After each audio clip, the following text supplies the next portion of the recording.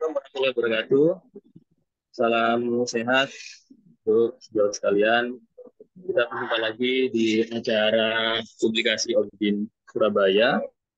Dan pada siang hari ini kita akan membahas suatu topik yang masih terkait COVID-19 dengan judul dysregulation, specific dysregulation of inflammatory and anti-inflammatory cytokine response in pregnant women with COVID-19 infection. Dan pada siang hari ini kita akan ditemani oleh Dr. Manggala Pasya spesialis obstetrik ginekologi, spesialis kedokteran putu maternal selaku narasumber, dan juga Dr. Kurata Ayuni SPOG.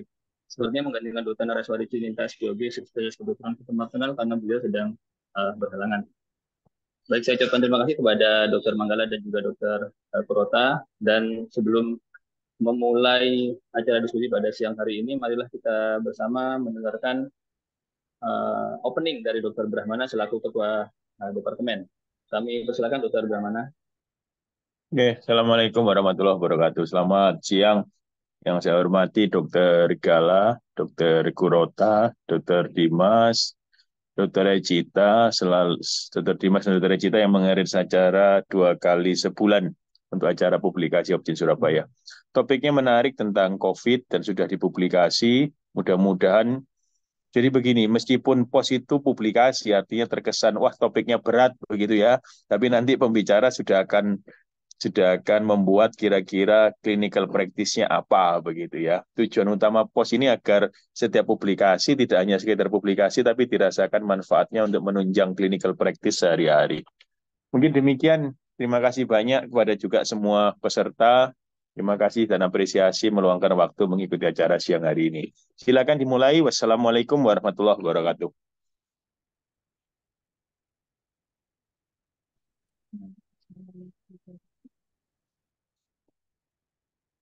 Dokter Dimas hilang ya. Monggo Dokter Kurota. Sambil Ya, Dokter ya, Dimas. ya baik dok. Mungkin langsung saya ambil alih acaranya. Ya. Eh, Terima kasih atas waktunya kepada teman sejawat di seluruh Surabaya, mungkin juga di luar.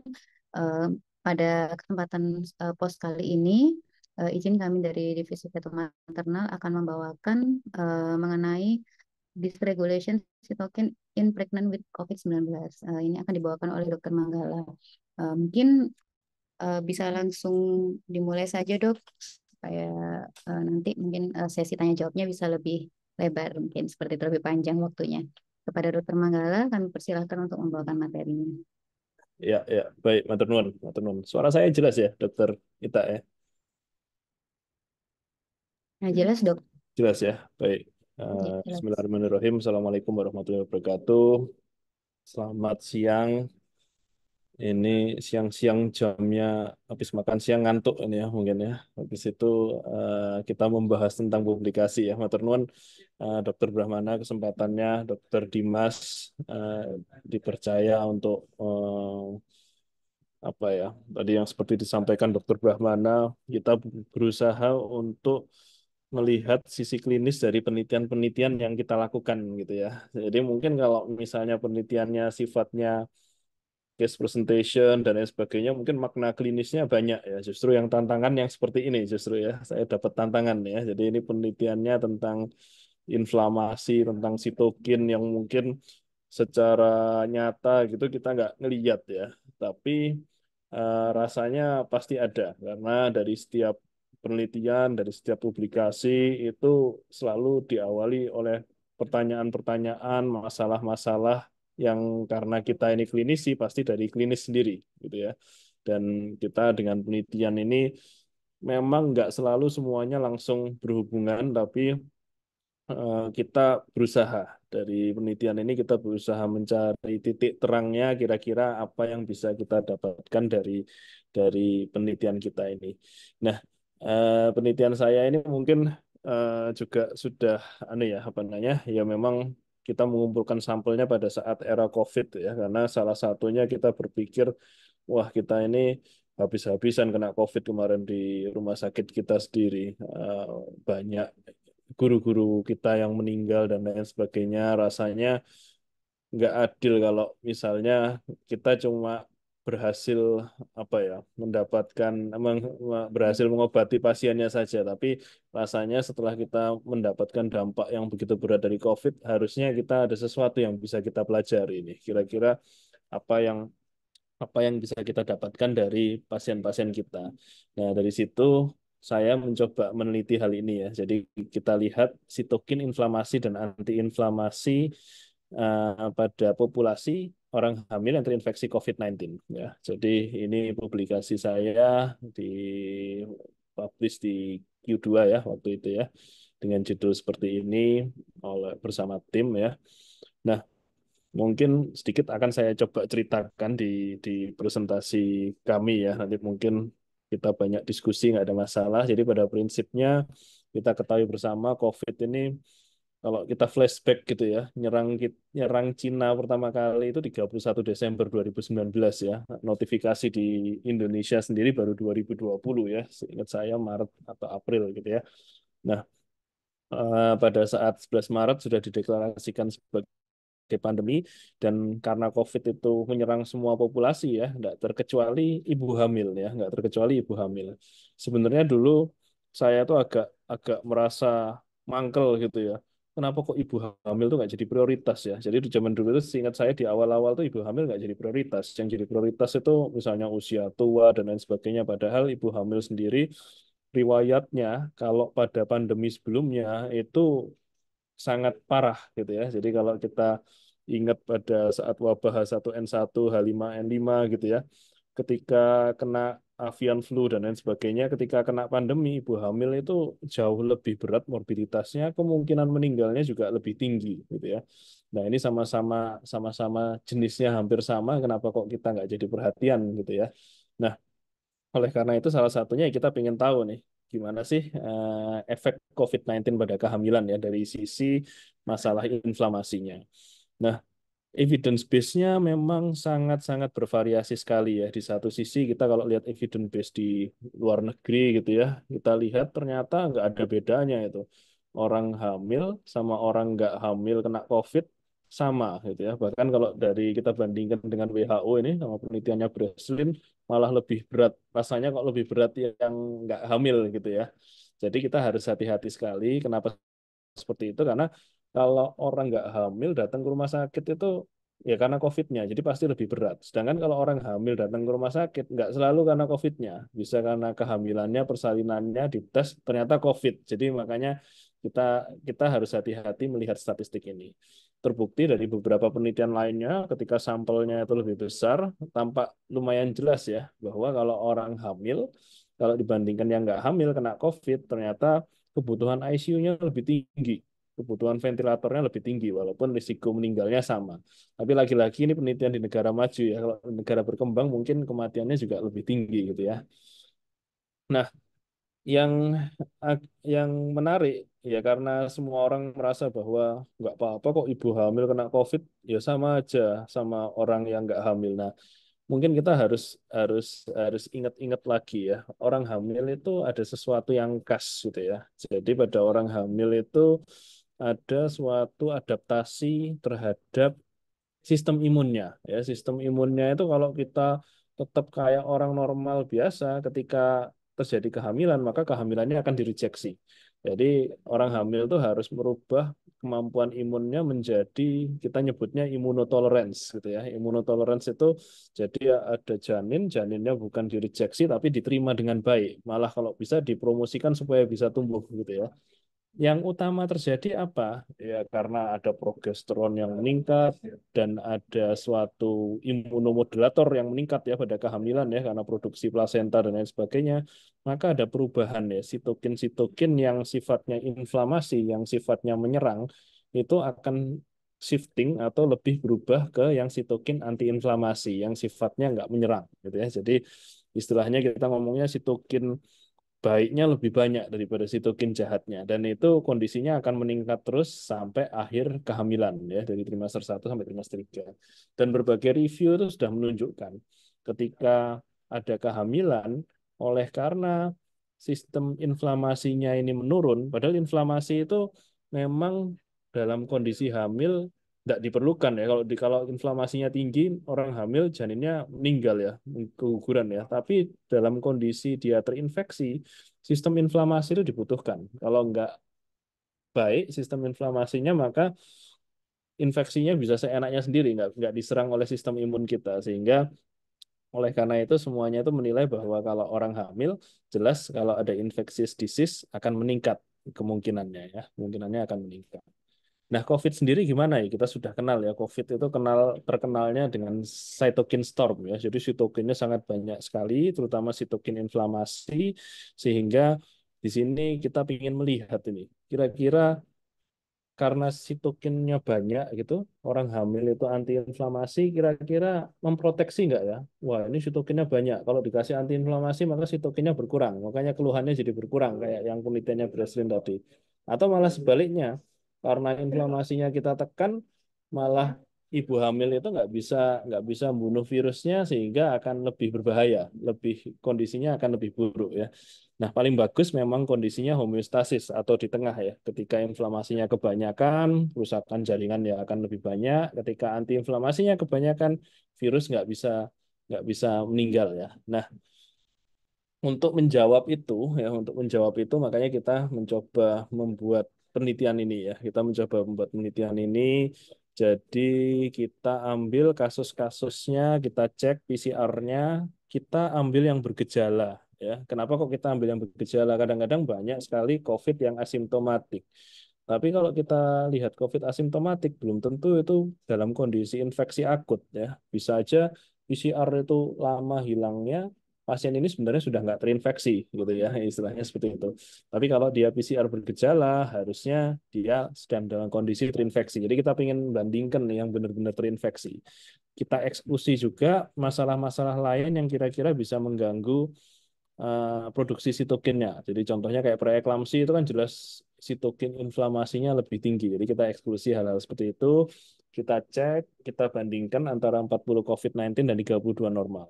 Dibandingkan penelitian lain, ini yang paling tinggi jumlah sampelnya ya. Jadi untuk ngevaluasi seperti ini paling tinggi ya.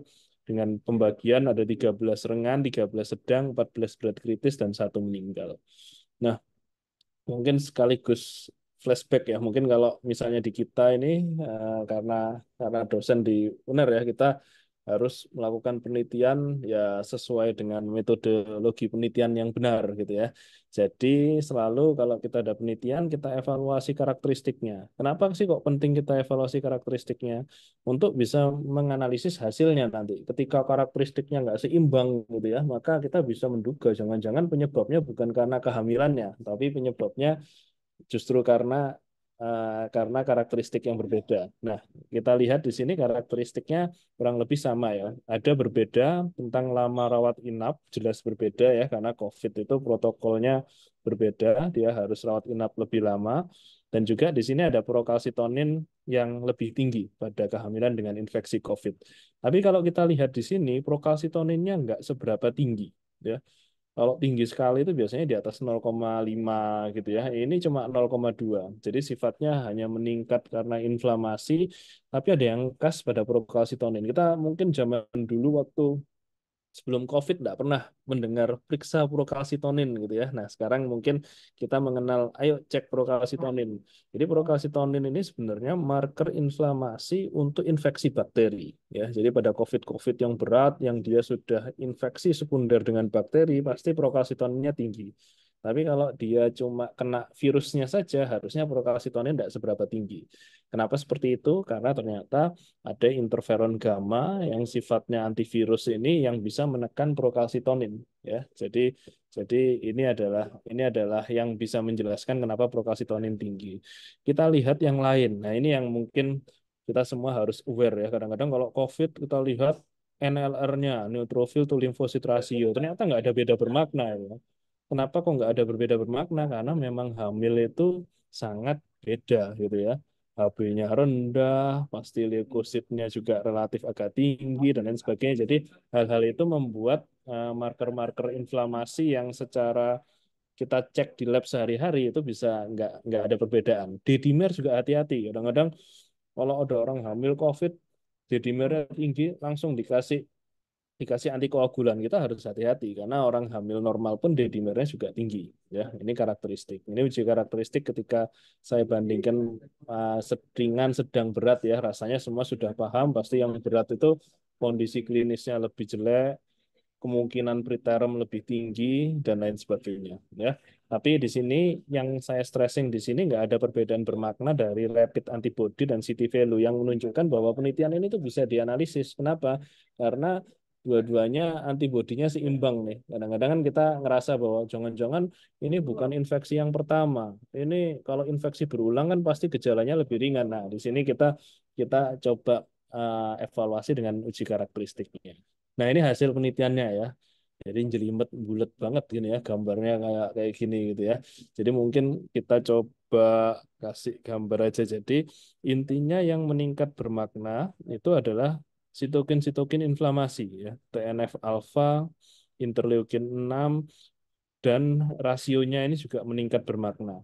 Tapi ada yang khas di sini, orang hamil itu seperti yang tadi saya sebutkan di awal, harusnya kan inflamasinya rendah, antiinflamasinya tinggi. Nah, ini kebalik ternyata ya. Jadi kalau orang hamil terinfeksi COVID, ya inflamasinya yang memang meningkat. TNF alfanya tinggi, interleukin 6-nya tinggi, rasionya tinggi, tapi interleukin 4-nya rendah ya. Jadi ini sudah kita yakin oh kalau orang hamil dengan COVID inflamasinya tambah tinggi. Nah, ada hal yang khas yang cukup aneh adalah produksi interferon gamma-nya ini. Ya, kalau orang terinfeksi virus, marker sitokin yang paling utama tinggi itu adalah interferon gamma. Kenapa interferon gamma? Karena interferon gamma itu diproduksi oleh sel-sel imun yang sifatnya dia langsung membunuh virusnya, ya, termasuk membunuh sel yang terinfeksi virus. Ketika seseorang itu interferon gamanya nggak baik, maka mekanisme pertahanan antivirusnya juga nggak akan bagus ya. Nah, ini ada yang menarik. Ya mungkin karena memang orang hamil itu ditekan produksi interferon gamanya, jadi interferon gamma walaupun terinfeksi virus COVID dia nggak naik nih. Nah, ini yang mungkin khas ya dibandingkan yang lain. Karena kalau misalnya kita neliti pada yang non hamil, interferon gamanya pasti tinggi ya. Jadi mungkin ini penjelasannya ya. Jadi yang harus hati-hati kita ini ya. Jadi karena hamil sendiri itu neken T helper 1 secara nggak sadar ibu hamil itu interferon gamanya ternyata rendah. Sehingga kalau dia terinfeksi virus yang secara normal harusnya interferon gamanya ditinggikan untuk membunuh virusnya itu, ternyata interferon gamanya nggak bisa naik kalau orang hamil ini. Nah, jadi memang dari sini kita juga sudah mulai bisa sedikit menganalisis, oh berarti kalau orang hamil kena COVID itu susah orang apa namanya kita membunuh virusnya lebih susah daripada orang yang nggak hamil. Kalau orang nggak hamil interferon gamanya tinggi bisa terbunuh virusnya. Tapi kalau kita itu ternyata produksi interferon gamanya nggak terlalu naik, artinya virusnya retensinya lebih lama ini ya. Jadi kalau kita cek viral load-nya mungkin tetap tinggi terus gitu ya kalau pada orang hamil dengan COVID ya. Jadi mungkin itu yang bisa uh, dihasilkan dari penelitian ini dan juga antiinflamasinya pun ditekan semua. Jadi istilahnya ujung-ujungnya karena dia nggak bisa membunuh virusnya, akhirnya ujung-ujungnya rasionya interferon gamma lebih banyak daripada interleukin 4, ujung-ujungnya artinya pada orang hamil dengan COVID itu inflamasinya jauh lebih tinggi, ya jauh lebih tinggi karena ketekan mekanisme antivirusnya, ya. Jadi ini ternyata juga cukup menarik ya, karena kalau kita lihat dari penelitian-penelitian lainnya, ketika ini bukan pada ibu hamil ya, ketika interferon gamma itu rendah atau nggak meningkat, jadi pada COVID ternyata orang-orang umum yang COVID-nya lebih berat, itu interferon gammanya juga nggak seberapa meningkat atau bahkan lebih rendah kadang-kadang ya.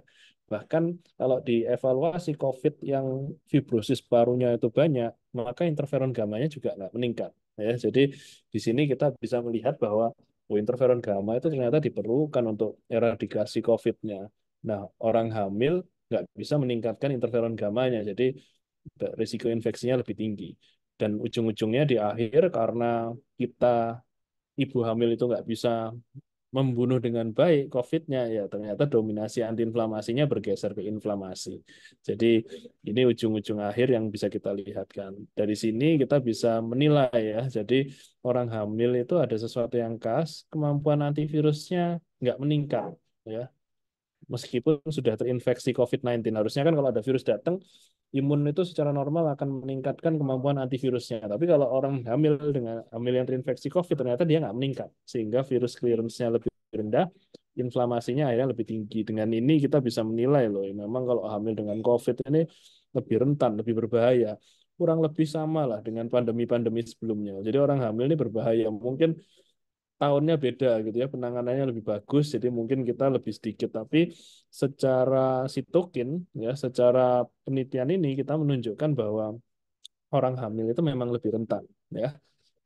Hasil lain dari penelitian kami itu juga kita lihat di sini ternyata yang berhubungan dengan keparahan, ya, derajat keparahan ini adalah interleukin 6 dan interleukin 17, ya. Jadi interleukin 6 dan interleukin 17 itu kan rasanya semua orang udah tahu ya, kalau interleukin 6-nya tinggi, ini derajat keparahannya juga tinggi, kurang lebih sama. Jadi pada orang hamil hampir sama, interleukin 6 dan interleukin 17. Interleukin 17 ini memang salah satu sitokin yang dihasilkan ketika interleukin 6-nya aktif. Jadi kalau interleukin 6-nya aktif, interleukin 17 juga naik. Ya. Jadi ini cuma mungkin nice to know aja. Tapi pada prinsipnya, kalau ditanyain, kira-kira dok apa ya yang menunjukkan bahwa kehamilan ini kalau terinfeksi COVID lagi dalam kondisi berat, kita bisa cek marker interleukin 6-nya. Sama kayak orang yang nggak hamil ya. Nggak hamil kan kadang-kadang interleukin 6-nya dicek. Kita juga bisa ngecek interleukin 17-nya. Jadi seperti itu.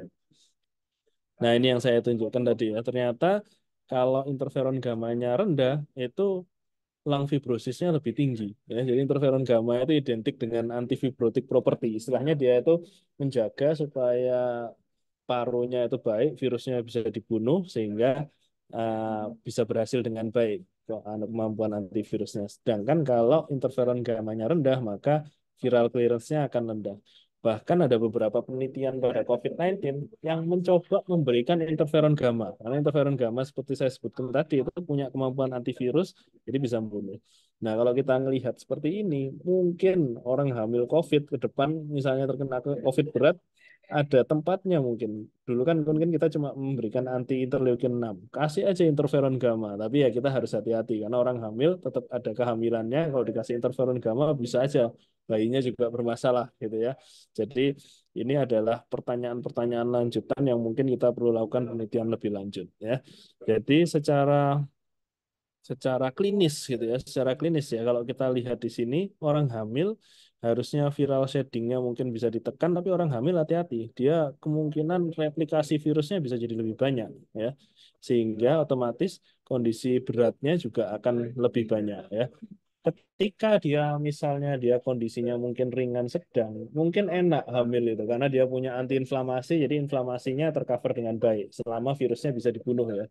Tapi ketika pada suatu titik tertentu di mana virusnya itu nggak bisa dibunuh, maka bisa aja yang terjadi malah kondisi COVID yang lebih berat. Sehingga ini contohnya pada penelitian kita juga ya di second wave kalau kita lihat, wah sangat meningkat sekali kematiannya yang tadinya stabil gitu ya, 2 sebulan, paling banyak 3 sebulan, bisa sampai 24 sebulan. Kenapa?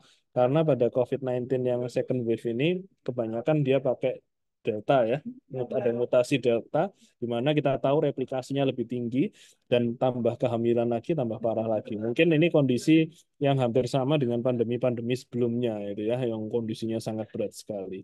Jadi ini mungkin take home message-nya ya, take home message-nya didapatkan respon imun yang spesifik. Jadi orang hamil nggak bisa disamakan dengan orang nggak hamil kalau kena COVID ya. Orang hamil itu lebih rentan. Kenapa lebih rentan? Karena orang hamil itu kasnya dia bisa neken interferon gamma-nya, sehingga proteksi antivirusnya lebih rendah, sehingga kemampuan dia membunuh virusnya juga akan lebih rendah ya. Otomatis ujung-ujungnya di akhir karena virusnya nggak bisa dibunuh, maka kerusakan selnya akan banyak. Ingat COVID-19 ini jenis selnya termasuk jenis sel yang cytopetik ya. Cytopetik itu artinya dia bisa membunuh sel secara langsung ya. Kadang-kadang virus itu nggak semuanya bisa membunuh sel secara langsung. Dia cuma butuh sel untuk replikasi jadi lebih banyak. Tapi COVID-19 ini selain dia bisa mengindus respon imun, dia juga membunuh selnya secara langsung. Jadi kalau kita nggak bisa membunuh virusnya, maka kerusakan selnya tentunya pasti akan lebih banyak ya. Dominasi T helper 2 tidak terjadi, ujung-ujungnya akhirnya adalah inflamasi yang lebih banyak. Nah, ini ada yang mungkin kita bisa jadikan bahan juga ya, bahwa hati-hati ada marker perburukan ya. Kalau kita ngelihat ibu hamil, ngerawat ibu hamil COVID ya, moga-moga nggak ada lagi ya COVID ya. Tapi 2 minggu yang lalu saya masih ngerawat ibu hamil dengan COVID dan kondisinya berat gitu ya. Ini bisa dijadikan marker perburukan ya, dan potensi treatment yang tentunya jelas butuh penelitian in vitro dan lain sebagainya ya. Kalau potensi treatment ya, mungkin kita bisa ngasih modulasi interleukin 6 dan memberikan interferon gamma supaya kemampuan antivirus ibu hamil itu kembali normal lagi.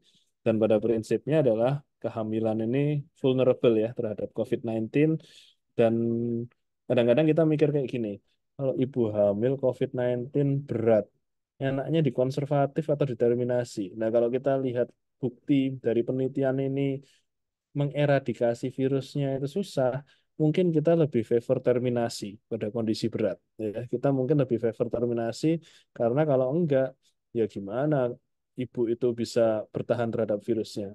Ngasih antivirus aja mungkin tidak terlalu bermanfaat karena dia butuh sistem imun yang bisa membunuh virus itu sendiri. Jadi ini adalah hal-hal yang mungkin bisa kita dapatkan dari penelitian kita. Coba tadi seperti kata Dokter Brahmana, mencoba mengkliniskan hasil penelitian kita ya. Jadi mungkin sekian dari saya, Dokter Ita.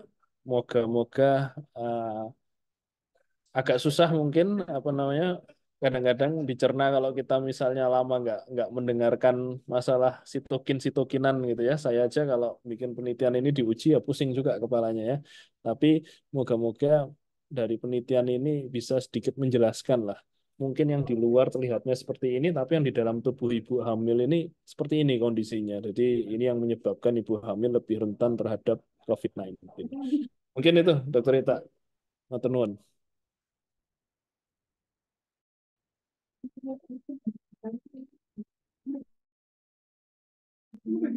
Suaranya kok kurang jelas ya, Dokter Ita? Ya, penjelasannya. Kita harapkan ini semua peserta meskipun siang-siang ini tetap semangat ya dok mendengarkan. Meskipun agak sulit karena imunologi. Halo, ya? Apa jelas dok suara saya dok? Iya, iya, sudah jelas. Iya, iya semoga penjelasan Dokter Manggala tadi cukup mencerahkan kita di siang hari ini ya. Karena memang tentang imunologi itu adalah topik yang termasuk yang cukup berat ya dok ya. Mungkin kita langsung ke sesi tanya jawab dari Dokter Leni.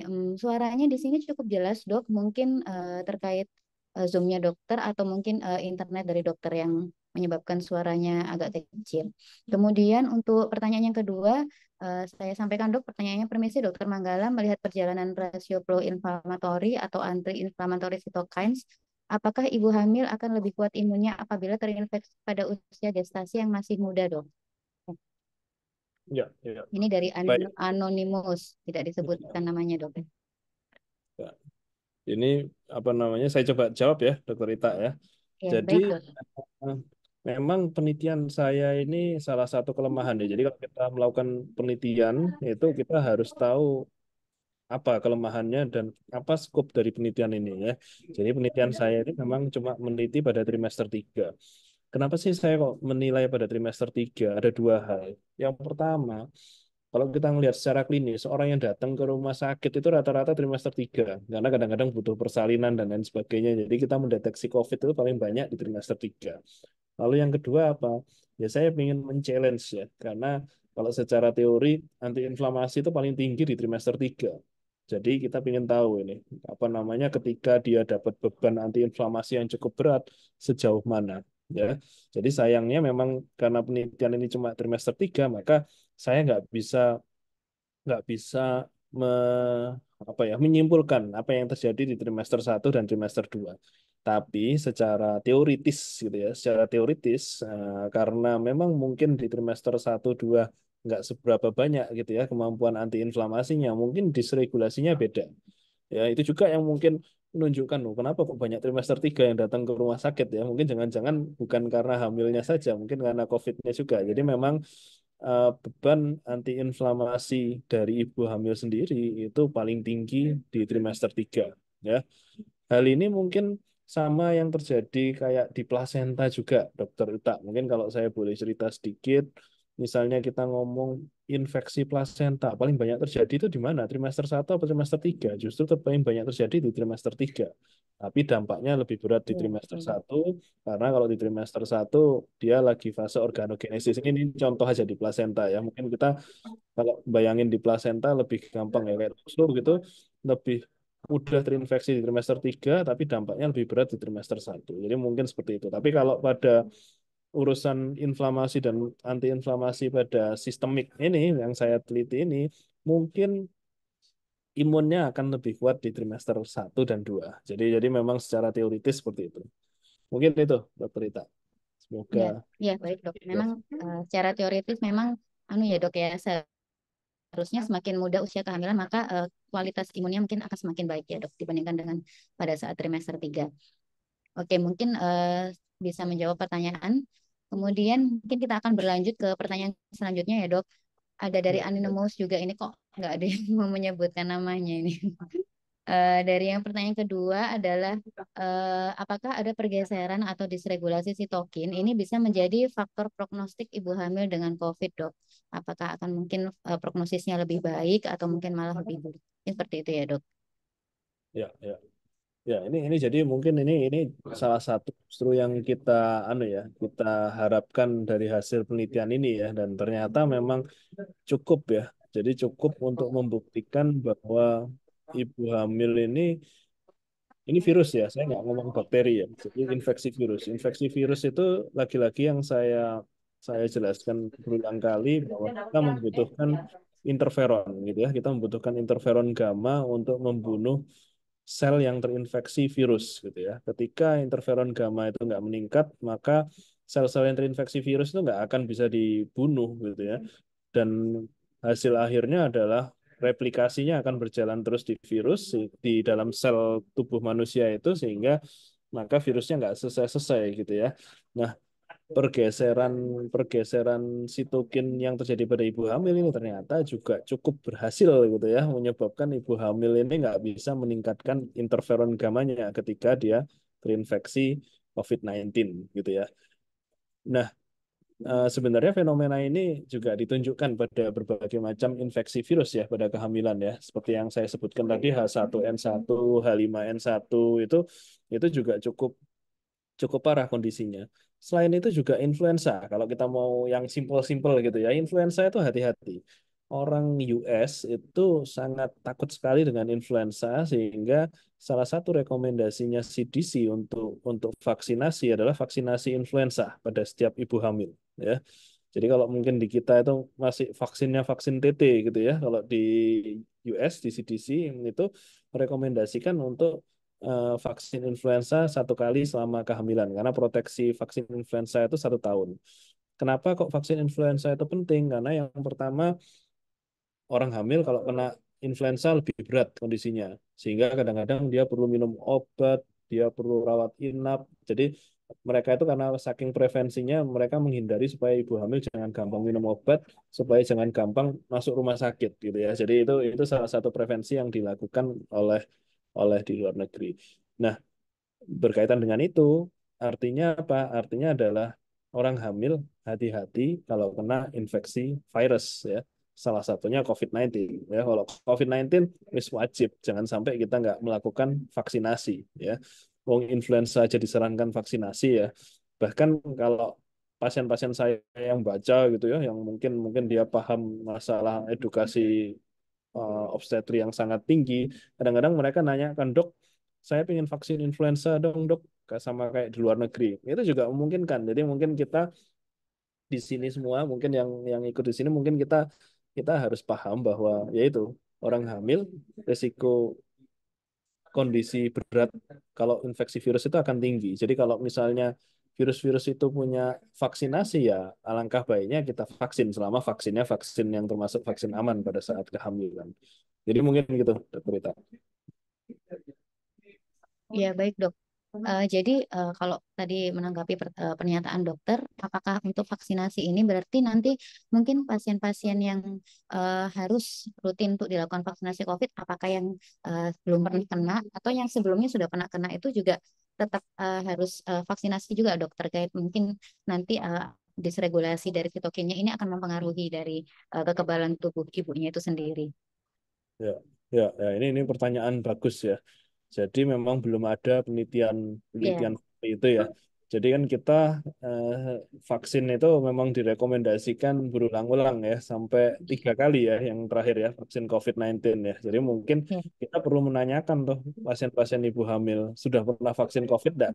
Rasanya kalau di Indonesia semuanya pernah mungkin ya sekarang ya. Jadi kalau misalnya ada yang belum vaksin COVID, ya nggak ada masalah. Langkah baiknya kalau kita vaksin COVID. Orang minta vaksin influenza aja juga kita berikan gitu ya. Jadi kalau vaksin influenza sudah terbukti dia dalam 1 tahun kadar titer antibodinya akan turun gitu ya. Tapi kalau untuk vaksinasi COVID ketika dia sudah vaksin yang ketiga itu titernya masih tinggi gitu ya. Tapi memang butuh penelitian lebih lanjut ya. Mungkin agak sedikit beda dengan vaksin HPV gitu ya. Kita tahu dia kekuatan bertahannya berapa lama. Kalau COVID itu karena sifatnya pandemi kayak gini mungkin nggak terlalu banyak diteliti. Tapi menarik itu ya. Kita harus tahu titer antibodi COVID-nya kita itu masih tinggi apa enggak ya. Mungkin ke depan itu memang belum ada policy seperti itu, tapi menarik untuk dilihat apakah ibu itu tercover gitu ya antibodi COVID ya. Jadi itu mungkin penting untuk Ya, dievaluasi. ya, betul dok. Soalnya kan kalau di praktek mungkin kebanyakan nanti kalau secara klinis mungkin pasien akan menanyakan apakah kita butuh vaksin lagi atau tidak. Misalkan Ya, sudah ya. kena atau mungkin gitu ya dok. Eh, kita mungkin beralih dok ke pertanyaan selanjutnya. Eh, ini dari Aninomolis lagi nih. Kira-kira sitokin mana dok yang bisa jadi faktor prognostik? Mungkin tadi sudah dijelaskan sama teman kali ya di take home message-nya. Tapi mungkin bisa dokter jelaskan ulang lagi dok. Ya, ini penanyanya banyak yang nggak mau menyebutkan namanya Iya, soal apa namanya yang saya jelaskan sangat abstrak gitu ya. Jadi semuanya abstrak ya, ya, agak membingungkan. Jadi ya kalau dok. kita lihat faktor prognostik, jadi kita menelitinya ya kita lihat uji korelasi gitu ya, uji korelasi antara derajat keparahan, severity-nya dengan kadar sitokin-sitokinnya masing-masing ya. Dan pada penelitian kita ini yang terbukti 2 marker, ada interleukin 6 dan interleukin 17 gitu ya. Bukan untungnya ya, ruginya ya ini ya. Interleukin 6 yang lebih apa namanya, lebih berhubungan ya. Jadi korelasinya itu moderate ya. Tapi kalau yang interleukin 17 itu korelasinya cuma ringan aja gitu ya. Makanya apa namanya? Kan kita kan kalau marker interleukin 6 kan udah beberapa kali dicek gitu ya. Kalau marker interleukin 17 mungkin kalau ngecek butuh beli marker interleukin 17 yang lebih mahal gitu ya. Jadi saya kira interleukin 6 cukup ya. Interleukin 6 itu hati-hati sekali karena interleukin 6 itu memang interleukin yang bisa meningkatkan respon fase akut ya. Respon fase akut itu respon inflamasi yang sangat besar gitu ya. Jadi orang yang interleukin 6-nya tinggi itu mayoritas febrisnya lebih berat, habis itu inflamasinya lebih berat dan lain sebagainya dan dia bisa mengaktifkan berbagai macam sitokin-sitokin lainnya ya. Salah satunya ya interleukin 17 sendiri. Jadi mungkin kalau pernah dengar T helper 1 itu yang pro-inflamasi, T helper 2 anti-inflamasi, ada lagi T helper lainnya namanya T helper 17. T helper 17 ini akan teraktivasi ketika ada interleukin 6 ya. Sehingga T helper 17 ini akan memproduksi interleukin 17. Interleukin 17 ini interleukin yang dalam tanda kutip sedikit khas gitu ya. Penelitiannya masih banyak berkembang tentang interleukin 17. Cuma salah satunya adalah dia juga akan meningkatkan apa ya? Kalau saya boleh cerita gitu ya, agak detail dikit, interleukin 17 itu meningkatkan eh, masuknya neutrofil ya. Neutrofil itu beda dengan makrofag ya. Jadi dia itu sel-sel imun yang memang dia lebih lambat datangnya tapi responnya jauh lebih kuat. Ya, dia bisa membuat kayak jejaring neutrofil gitu ya, namanya neutrofil extracellular trap. Itu yang kadang-kadang bikin fibrosis di mana-mana. Ya, jadi interleukin 17 itu kalau sudah teraktivasi agak-agak jahat gitu ya. Jadi makanya tapi jelas mungkin inflamasi awal jelas interleukin 6-nya dulu tinggi, setelah itu interleukin 17. Jadi kira-kira ada 2 sitokin itu yang bisa kita jadikan marker gitu ya. Loh, dok, kenapa kok nggak interferon gamma gitu ya? Kan tadi kan ada beberapa penelitian yang menyebutkan kalau interferon gammanya tambah rendah, tambah tambah itu apa namanya tambah berat gitu ya. Ya di sini secara uji penelitian enggak gitu ya, tapi minimal dari penelitian kita sudah membuktikan mungkin karena ya orang hamil itu spesifik ya, dia neken interferon gamanya, maka uji korelasinya biasanya nggak seberapa bagus ya, karena semuanya ditekan pada ibu hamil ya. Jadi mau yang ringan, sedang, berat semuanya ditekan dengan baik oleh ibu hamil. Ditekan dengan baik ini enggak konotasi negatif ya, gara-gara ditekan dengan baik ya interferon gamanya ujung-ujungnya nggak bisa membunuh virus itu sendiri. Mungkin gitu, Dr. Rita. Dok. Ya, Sambil menunggu pertanyaan dari ya, audiens ya dok, mungkin Dok, para soalnya teman jawab. ya Ya, para teman-teman sejawat mungkin ada yang tanyakan, mungkin nggak harus tentang penelitian ya dok, mungkin boleh. tentang COVID secara keseluruhan pun boleh ya dok ditanyakan dok, agar Ya, lebih bisa ini apa maksudnya bermanfaat nanti di praktek sehari-hari. Mungkin dok menyambung dari tadi sitokin yang memberikan makna prognostik itu, apakah ada kemungkinan dok kalau misalkan nanti di selanjutnya kita mungkin bisa berikan imunomodulator dok untuk mencegah terjadinya keparahan dari COVID ini. Mungkin imunomodulatornya itu disesuaikan dengan sitokin mana yang memberikan makna yang keparahan yang besar pada ibu hamil dengan COVID.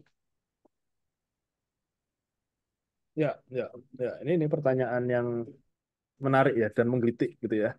Jadi Iya. memang memang, memang beberapa apa namanya beberapa penelitian waktu COVID pun ada beberapa yang pakai anti interleukin 6 ya, anti interleukin 6 ya. Namanya itu saya sampai lupa namanya, saking lamanya nggak dipakai gitu ya.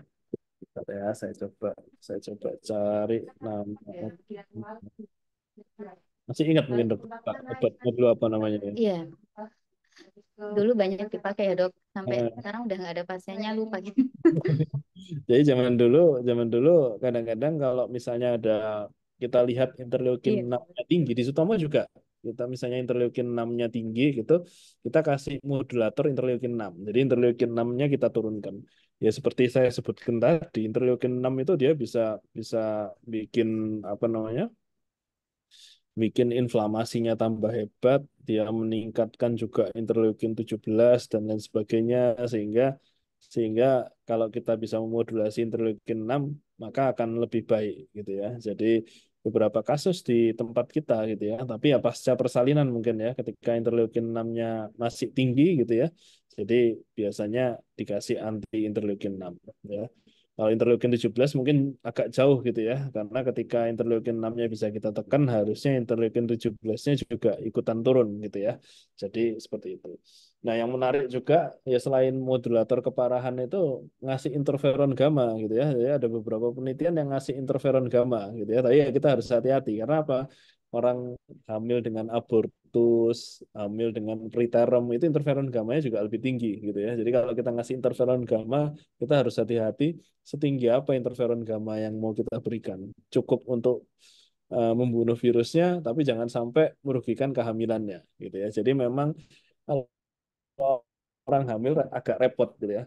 Makanya nyebutnya itu bukan apa ya, imunosupresan pada orang hamil tuh, tapi imunotolerance. Kenapa kok imunotolerance? Karena orang hamil itu benar-benar yang ada itu toleransi. Jadi bukan benar-benar ditekan. Jadi makanya orang hamil itu sangat khas kalau kita mau mau mengevaluasi sitokinnya, termasuk kalau kita mau memberikan obat-obatan yang kira-kira berhubungan dengan sitokin-sitokin yang ada pada ibu hamil. Termasuk yang tadi saya sebutkan dedimer itu. Jadi hati-hati kalau kita mau memberikan udah dimer tinggi langsung semuanya dikasih heparin dan lain sebagainya gitu ya. Zaman dulu kita selalu ngasih seperti itu. Namun kalau di Sutomo sendiri punya policy, kita punya cut off kalau dedimernya di atas 2000 baru kita agresif gitu ya ngasih ngasih antikoagulannya gitu ya. Jadi mungkin seperti itu. Mungkin itu dokter kita. Mengenai dedimer juga dok ya, ternyata dari penelitian terbukti ya dok bahwa sebenarnya tidak terlalu berbeda bermakna antara dedimer pada ibu hamil yang dengan COVID dan tidak. Ternyata memang pada dasarnya memang ibu hamil pun sudah mengalami Trombosisnya lebih tinggi. perubahan ya, perubahan sistem koagulasi, sehingga ternyata tidak terlalu bermakna antara ibu hamil yang dengan COVID dan tidak COVID. Kita dulu tahunya bahwa ibu hamil dengan COVID trombosisnya akan jauh lebih tinggi. Seperti itu.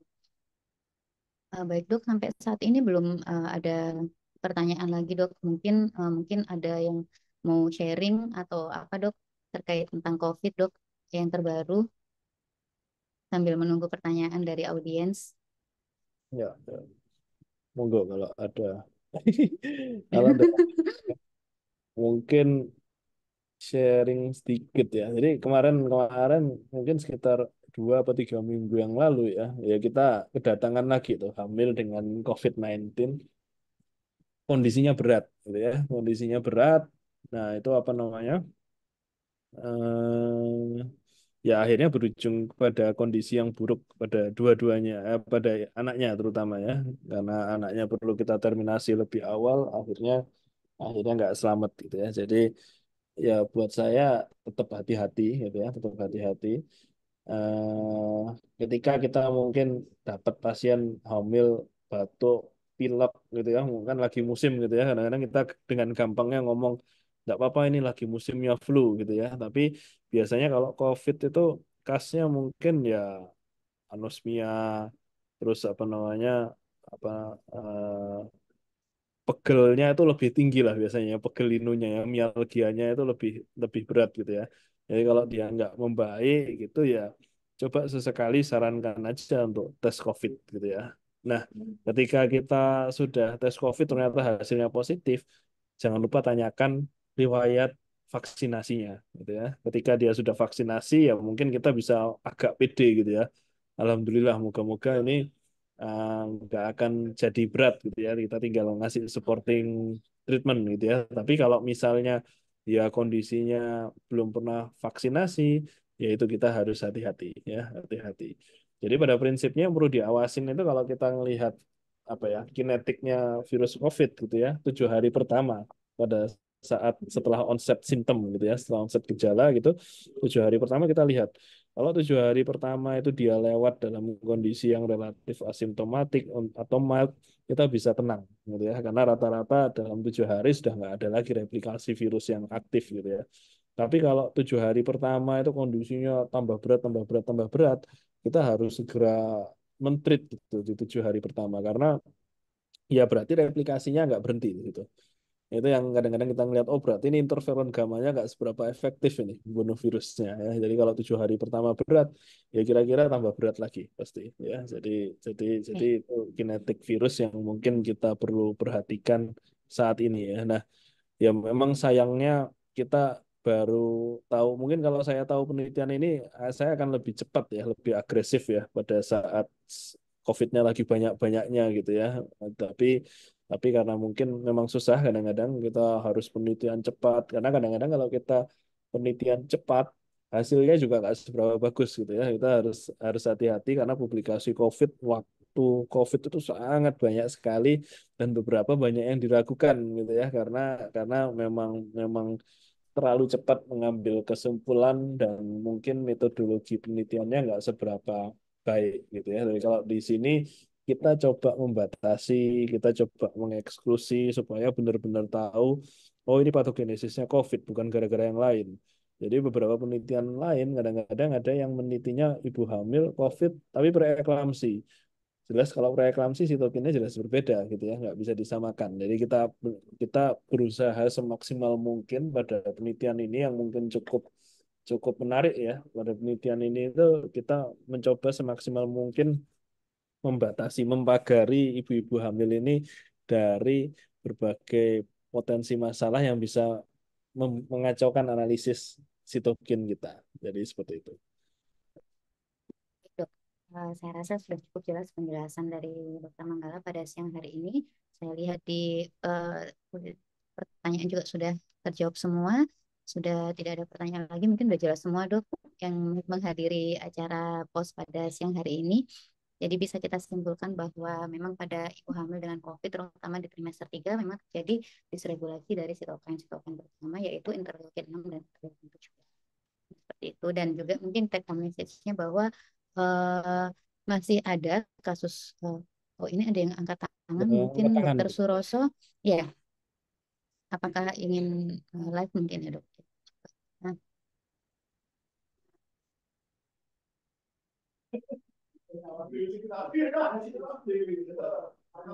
Enggak, ya. Pencet Janin. Atau sudah? Sudah Belum membuka mic-nya. sudah iya belum membuka mic. Ya. Mungkin dari host bisa diizinkan untuk buka mic-nya.